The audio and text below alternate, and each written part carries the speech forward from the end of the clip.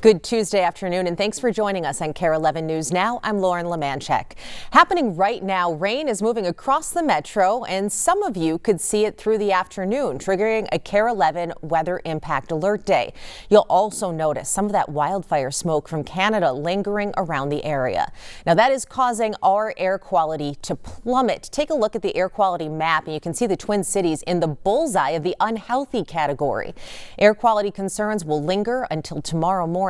And we'll check in with our weather team in just a bit for your full forecast. New details on a federal raid in Minneapolis. According to Minneapolis police, a federal criminal search warrant for drugs and money laundering was executed today near East Lake Street and Bloomington Avenue. Police say several federal agencies were involved and that there were not arrests on scene by federal law enforcement. MPD says they were only called in to help with crowd control, so federal law enforcement could leave the area safely. Reggie Wilson here with breaking news. Legendary Vikings defensive end Jim Marshall has died. Marshall played 19 years in Minnesota. He never missed a game. He never missed a practice, even leaving the hospital twice to play at the old Met Stadium. There is one blemish on his amazing career. He infamously ran an offensive fumble 66 yards the wrong way for a safety in October of 1964 against the San Francisco 49ers. It ranks among the top 100 greatest plays in NFL history. Jim Marshall was 87 years old. At the state capitol, still no word this afternoon on when lawmakers will return for a special session to finish the budget. They have to finish by July 1st to avoid a government shutdown. Governor Tim Walz is expected to meet with legislative leaders in just a matter of hours. They're hoping Walz can call that special session tomorrow. This week, the U.S. could see a major breakthrough in trade talks with China. President Trump is expected to have a direct phone conversation with Chinese leader Xi Jinping. Right now, the two countries are at an impasse when it comes to trade. The U.S. is accusing China of dragging its feet on certain rare earth mineral export restrictions. Because of that, Washington's now revoking visas for Chinese students and restricting the sale of certain software to China. Tensions between the two countries are jeopardizing those talks and the chance of any tariffs being lifted from either country. Now, President Trump's 50% tariff on steel and aluminum is set to take effect tomorrow. Christine Romans has more details and the impact it could have on you. President Trump pushing on two of his top priorities, urging Republicans to pass his major spending bill and forging ahead with his multi-front trade war. The president late Monday posting online that without the ability to counter tariffs from other nations, our country doesn't have even a small chance of economic survival. And yesterday, the White House asking multiple courts to keep the strict tariffs against many U.S. trading partners in place, amid legal battles that may end up in the Supreme Court. And the president's latest round on steel set to go into effect tomorrow that analysts say will drive up prices for metal used to make housing, cars, appliances, and more. Steel workers are very happy. We did the tariffs. Even as this morning, a group representing 38 countries, including the U.S., sharply cutting its forecast for U.S. economic growth because of tariff uncertainty. As Trump manages international talks on the tariffs, he's also facing delicate negotiations here at home over his signature spending bill.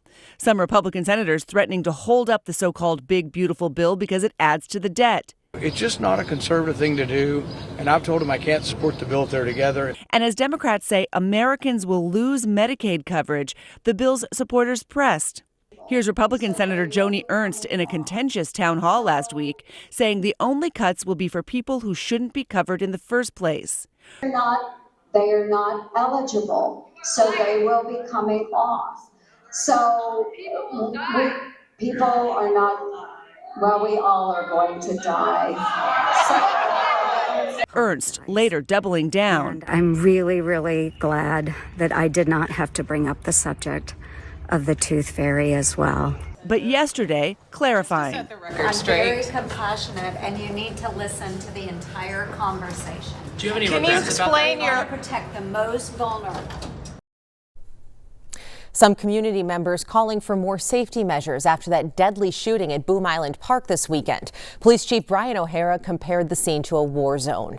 There have been no arrests in the case yet. We now know the person who was shot and killed was Stagina Whiting. The 23-year-old from Brooklyn Center was shot in the torso, according to the medical examiner. Police say 5 others were shot as well Sunday night on Bloom Island, and another person was not shot but was hurt in the chaos. Among the new calls for peace, a Minneapolis council member says he's asked for the parking lot to close every night at 8 as long as it's necessary. Today, the Anoka County Sheriff's Office says it's ramping up its search for a missing 16-year-old. Officials have said they believe Manny Collins was taken against his will. The Sheriff's Office says they're considering a larger search for him and will reach out to the public if needed. The department also says detectives are testing new evidence and interviewing more people. Anyone with information is asked to call the BCA. A local center that houses teens and young adults and helps them find jobs says it's closing with just days' notice. Now, they say this is the result of a federal funding pause. Kent caught up with some of the 160 students and 100 staff members who are wondering what comes next. For 44 years, the Hubert H. Humphrey Job Corps Center in St. Paul has been a source of hope for teens and young adults in desperate need of it. I was put out the house when I was 18, legally an adult. I was homeless for a while, and then I found Job Corps. 19-year-old Israel Willis says it brought him stable housing, and he was on track for a stable job through the Transportation Communication Union until those plans were suddenly derailed for he and 160 other students here. The government shutting down the program is cutting my plans short, and now I'm not sure what I'm going to do next. 19-year-old Abdel Salam came here from New York and had hoped to complete his training for a job in the sign and display trade. Now, he simply hopes to find housing. They're helping us with shelters for those that don't have anywhere to go. And they're trying to get us to stay on center as long as possible until we figure something out. I know there's a few dozen students here who legitimately have nowhere to go. So that's thousands of students nationally that are all being dumped within a week.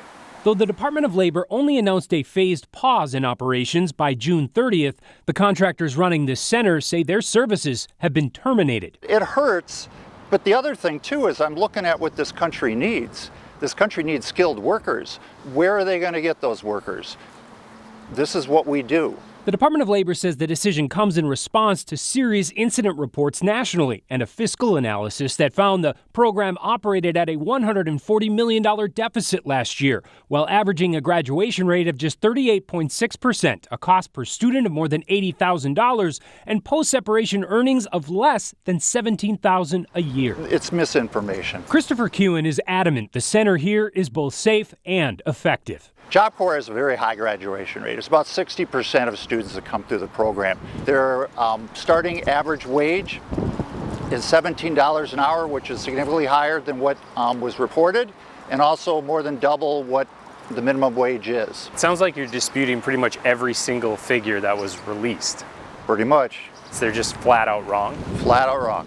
I can agree that there's room for improvement from a student perspective, but it's impossible to say it's a failed experiment when you have people in my trade and sign and display who have earned as much as $46 an hour. Andrew McGregor says he feels lucky to have completed his training, but says the experience here was even more valuable. This is the first time in a decade that I've had the same roof over my head for a year. That in itself has let me have opportunity for growth, getting to know myself, growing physically, mentally, spiritually to a better place than I've ever been. So I just hope that there's reform and restructure so that a program like this can offer that same opportunity to others. Now, that pause also means roughly 100 staff members in St. Paul could soon be out of jobs. Students did get a short extension until June 12th before they have to be out, meaning there are still a few more days to try and find them a place to land. New today, we know the players that will be staying with the Minnesota Frost next season. The Frost announcing they're protecting Kendall Coyne Schofield, Taylor Heiss, and Lee Steckline. All 6 of the inaugural PWHL teams can protect 3 players from the upcoming expansion draft that will introduce PWHL Seattle and Vancouver. Stick with us. We have more news and weather coming up after the break.